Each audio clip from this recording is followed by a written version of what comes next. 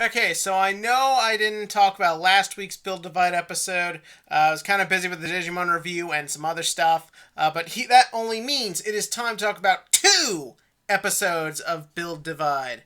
These ones might as well just be called "This is Kika. She's our bad guy for the arc. She's gonna muck up some. She's gonna yuck up some scenery." I quite enjoy this villain. Actually, antagonist would technically be it.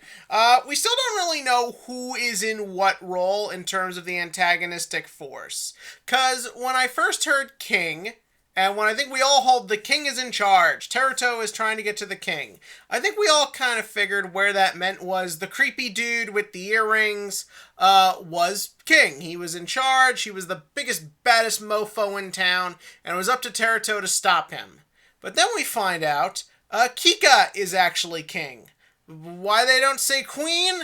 Well, the plot meant you need to keep it hidden so that way you could do the twist. But anyways, so yeah, Kika is king. So is she the one in charge? Well, the other dude seems to be pulling her strings. Maybe. Because remember, he's not really telling her to do anything. Like, he's not saying, okay, go torture these people or do something bad or anything. He's kind of just being like, do you want to keep playing? Do you need to rest? This, that. Nothing that really leads you to really believe anything. They're very clearly trying to keep things sort of hidden and kind of behind doors, and I think it really works for this. Who knows? Maybe the blonde dude is actually the main bad guy. It's totally not him. No, he mucks. He seems like he'd be a too obvious twist that it probably won't be him. But yeah, no, I really actually dug this. For starters, we should probably talk about Kika herself as a character. I like her, actually. What I like is that she's not the typical sort of like big, scary, kind of like over-the-top antagonist in that respect. Like, you see the design, you see the way she acts in the third episode, and all that good stuff. You kind of feel like you know where this is going. You see them in a lot of these sort of toy commercial shows. Like, sort of real, just like always violent and wants to win and is always kind of just big and angry. But no, we see in these two episodes, she's playful. She's fun. She likes to toy with you. She likes to take full advantage of the world that she is in control of, the just area where everyone is, and just take it to her advantage. I really enjoyed her, and I really liked in this episode how she wasn't afraid to choose scenery and just kind of have fun with what's going on. So it really makes me invested. A little weird, she's our main character's sister, and she has the most revealing outfits. Little weird. But anyways, yeah. So, in the last episode, the big thing that what I think a lot of us were sort of hoping they'd delve into was, of course, at the end of episode 3, Teruto learned that there is nothing outside the world of Neo Kyoto. And more importantly, everyone is just okay and accepts this fact. He is the only one who is conscious of the idea of a world beyond Neo Kyoto, and so we would all assume that episode 4 would go into that. They don't. In fact, it's never brought up at all. Teruto just shrugs off the idea that the world is about the size of one city, and we just kind of move on. This is a little annoying, and you could excuse it in the sense that, well, Teruto has some access to his memories, even if he doesn't really know how to get there. Maybe because he already knew the scenario, he could accept it, just had forgotten the details. But ultimately, what it just kind of comes off as is he doesn't have any interesting personality traits, so I don't really see how he's supposed to react to this. Because, yeah, episode 4 just kind of happens. What's her name? Hiyori is just like, teach me, master! And he's like, okay, you're gonna win me lunch. I actually really liked that bit. That was fun, like just beating all the bad guys, and then they're eating, and Sakura's like, what? Winning a lot of games of Build Divide and playing more Build Divide and dealing with more decks in Build Divide won't help you be better at Build Divide? Okay, so a little side tangent. This is something in card game anime that actually gets on my nerves quite a bit, and that is they always try to say that just not playing the game a lot, there are other ways to get stronger. No. That's not how anything in life works. You get good at things because you keep playing. Like, how do you get good at Yu-Gi-Oh? You go to an 8 or 9 round regional, lose 7 of them, and hopefully learn some tips to win more next time. That's how you get good at TCGs, you plebs. I hope you stay in whatever weird Matrix-esque computer program you're probably being held in, and Teruto had gone into either save you or just the sister, and then wound up probably just with a Swiss cheese memory because of whatever process got him in there. Yeah, that's my plot theory. I think we're going down that road. But yeah, no. So then, Kika just shows up. And you know what? They finally start justifying the idea of, the world is just this, and we don't know what it is, and we don't know what it's about, and that's kind of scary.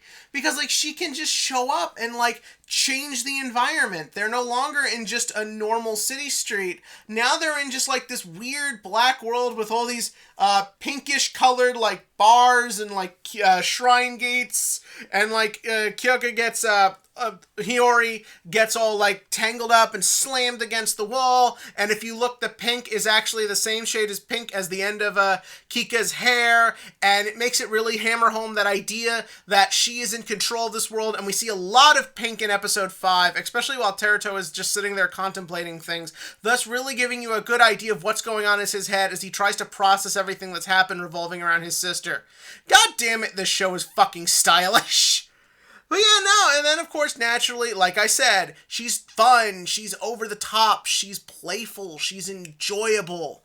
And so then she naturally beats him. His one loss of the season is, of course, to the main villain, and she doesn't kill him because they've got to fight later. I'm not saying that, obviously, I expect people to die in this show, but imagine how fucking funny it would be if she's like, okay, die, motherfucker, and then Hiyori's the main character.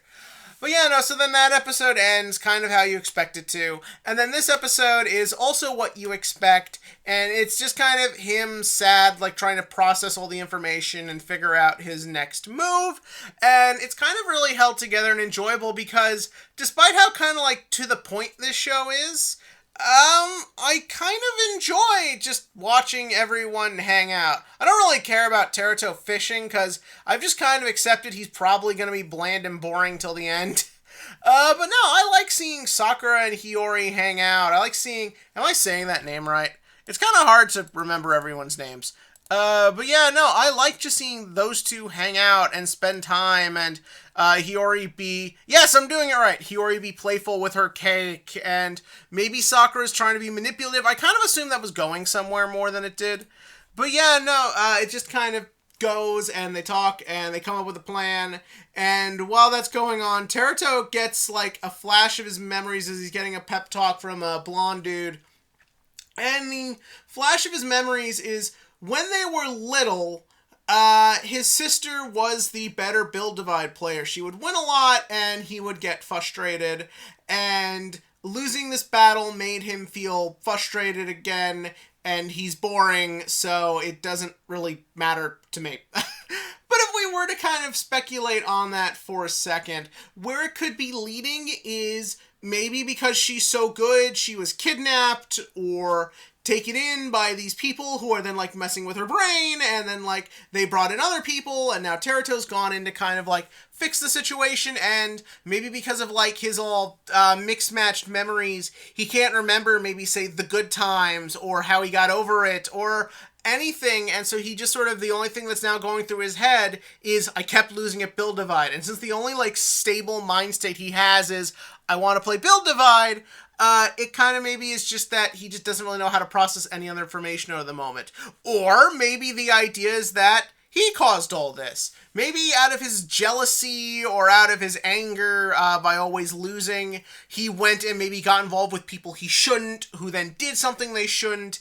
It got Kika involved, and this is all about him maybe trying to right a wrong, or maybe he lured everyone in. Maybe maybe something went wrong with the experiment, and now this memoryless version of him is now going to try and save everybody. There's a lot of interesting routes you can take, and even if I really am starting to just be I don't like Teruto, I really am interested to see where it's going, and it's a fun show to speculate and wonder about, and that's really what I enjoy about it. I just hope if there is an intention to make Teruto interesting, don't do that thing that a lot of shows do where you just save it all for the last 5 minutes and the end of the show is just cramming all his plot points into one bit. That happens way too much. But anyways, in the comment section below, give me your thoughts on this episode of Build Divide. Are you interested to see where it's going? Do you like Teruto? Because maybe you do. I don't know how, but maybe you do. And as always, click to like, click to subscribe, and join me next week to see where it's all going.